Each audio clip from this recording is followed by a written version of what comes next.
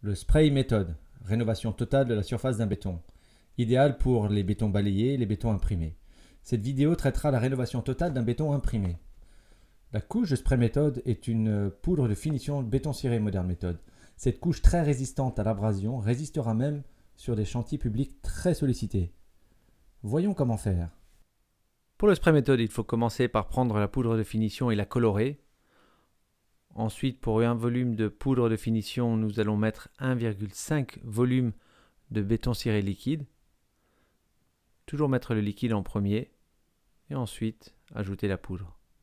Bien mélanger avec un mélangeur sans poussière et pensez à racler les bords pour éviter d'avoir des grumeaux. Avant l'application, vérifiez la consistance, c'est bien liquide comme il faut. On met donc le seau dans un pot sous pression.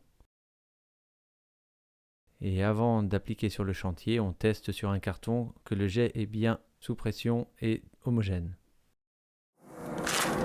Bon, c'est parti, Mathieu.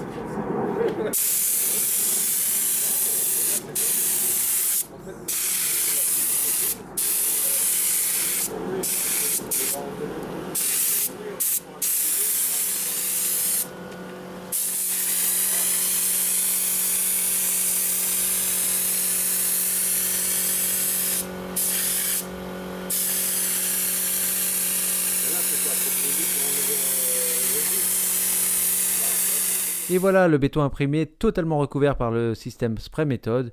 Et nous allons maintenant passer au renforceur de relief. Donc, application du renforceur de relief.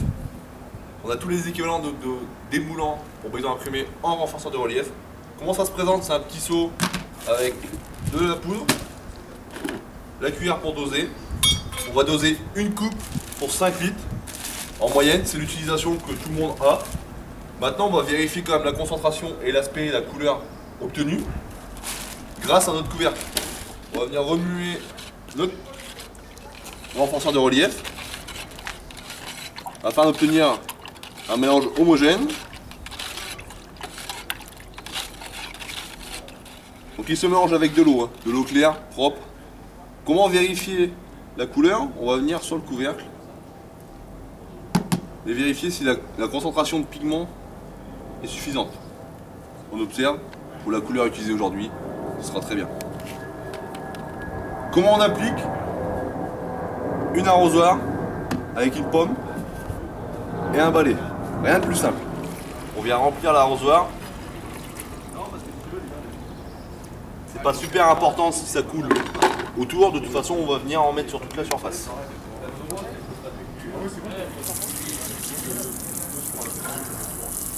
On répartit de façon homogène.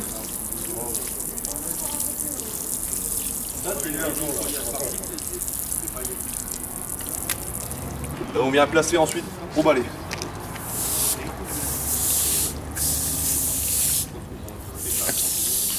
Afin de bien placer le renforceur de relief et on va avoir des effets homogènes.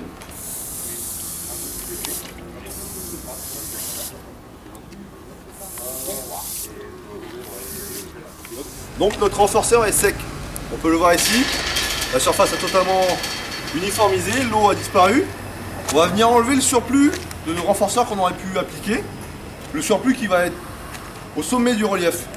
On peut le voir sur cette surface. On s'approche. Si on frotte, on a un petit peu de particules qui s'en vont. C'est ces particules qu'on a besoin d'enlever. Le surplus. On va l'enlever avec un pad. On va passer à la main pour faire un premier essai. On voit un peu comment ça part, si c'est costaud, si ça nécessite d'utiliser une machine ou non. Dans notre cas, on va vous faire une démonstration avec la monobrosse. Et on va passer très rapidement.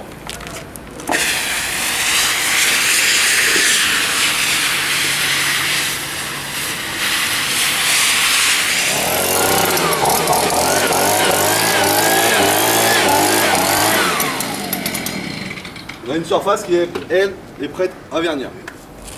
Ça va nous permettre de ressortir la couleur, qui est juste ici. Ça va être notre protection pour notre béton existant.